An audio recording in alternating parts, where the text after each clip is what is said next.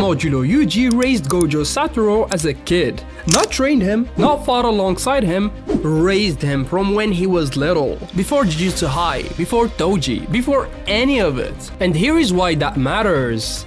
Gojo was always going to be the strongest. That was never the question. 6 eyes, limitless, hollow purple, all of that was coming regardless. The question is who he was underneath all that power. Because that part was broken. And nobody noticed. And it's cost everyone around him everything. Gojo Satoru was born in 1989 and the Jujutsu world stopped breathing. First person in 400 years to carry both the 6 eyes and the limitless at the same time. Before he could walk, there was already a bounty on his head worth hundreds of millions. Not because he had done anything, just because of what he was born as. Every time he handled the attempts, Gojo understood something no 6-year-old should have to understand. The bounty didn't make him a target, it made him a weapon nobody had claimed yet. That was when Modulo Yuji found him. Yuji met young Gojo in a convenience store at 9 PM. A 7-year-old standing in the snack aisle holding a bag of chips. The old man said nothing. He simply walked to the register, paid for the chips and walked out. Gojo followed him to the door. "Why did you do that?" Modulo Yuji stopped, turned and looked at him. Not at the 6 eyes or for who he was. He looked at him, at an innocent 7-year-old kid, and he said, "Because you were just standing there and nobody was helping." He then walked away. Gojo stood outside in the dark holding the bag of chips, 6 eyes scanning, finding nothing, no threat in any direction. For the first time in his life, nothing to prepare for. Just a kid outside at store at 9 PM. Just stats. For the next 8 years, Modulo Yuji kept showing up in Gojo's life. Not every day, but enough. And then, one Tuesday at Jujutsu High, Gojo came back from a solo mission at 11 PM and found him sitting on the stairs like he had been there for hours. Gojo sat down confused yet relieved at the same time. "You did the mission alone," Modulo Yuji said. It was faster." "That is not why. You've been doing everything alone since you were a child, and nobody's ever given you a reason to stop. It works. Yeah, right up until it doesn't." He let that sit. "There is going to be someone," Modulo Yuji said finally, quiet, choosing every word carefully. "Not a mission, not a teacher, someone who matters. And when that person starts carrying something too heavy, you're going to miss it." "What person?" "You'll know. People who carry things alone long enough," he said, and then stood up, starts making decisions they can't walk back from. He then left without a trace. 3 weeks later, Gojo met Suguru Geto. They talked for hours.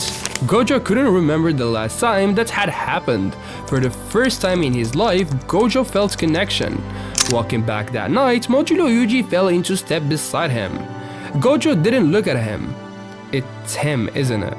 Yuji didn't reply. Gojo nodded once and went back to Geto the next day, and the day after that. It became a thing without either of them naming it. 2 of the strongest sorcerers of their generation sitting in the same courtyard every afternoon. Geto said things Gojo had never considered. Gojo listened in a way he never had before. 3 weeks in and Geto started to notice. "You're different than when you started here." "Different how?" "You actually listen." "There is this old man," he said. "Shows up sometimes. Seems like nobody else can see him but me. Since I was 7, Gojo added. "But what does he want?" "I don't know, but he keeps coming back." Geto opened his mouth to respond and suddenly Gojo dropped. No warning, no cursed energy to track, nothing the 6 eyes could have seen coming. Because Toji Fushiguro was different.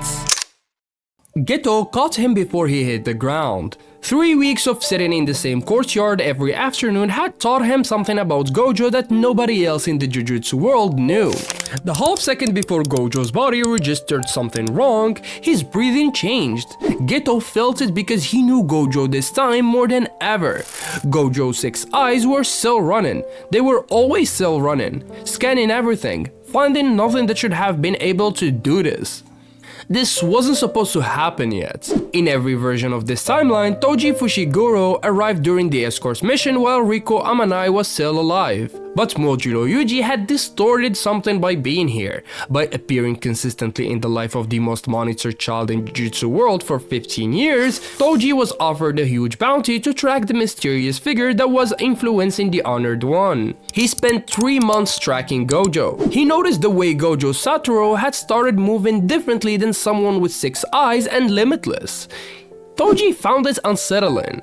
So he moved before the escort mission, before Riko Amanai, before he had finished engineering the perfect conditions to kill a Gojo who no longer existed. He moved now, while Gojo was distracted, while Gojo was standing in a courtyard talking to someone like he had nowhere more important to be. The blade found its mark. Geto caught him before he hit the ground. Somewhere in Gojo's darkness, Modulo Yuji was already fading. Not because of the blade, because of what the blade represented. A timeline accelerating past the point where he belonged in it. Every time Gojo had noticed what Geto was carrying instead of walking past it, the world had shifted slightly further from the one that produced this Yuji Itadori. Toji moving early was the proof the shift had gone deep enough to matter. A better world was arriving. And Modulo Yuji didn't belong in it anymore. He stood at the edge of Gojo's darkness one final time, watched the reverse curse technique ignite, and Gojo coming victorious this time with the help of his best friend. He didn't say anything. There was nothing left to say. Everything that needed to be planted had been planted. 15 years of showing up. He looked at Gojo one last time, with a proud smile, then gone, without a goodbye. Just gone. The way things disappear when the reason for their existence stops being true.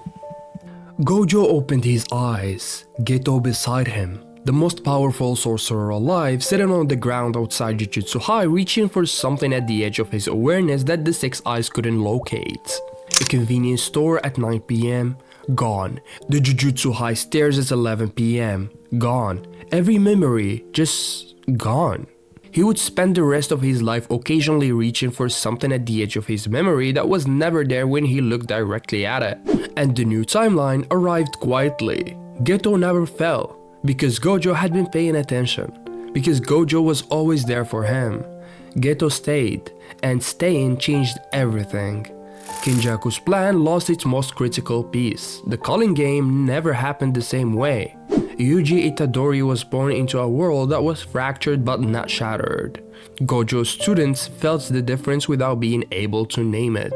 They just knew their teachers saw them, not their potential. He saw them. None of them knew why. They never would.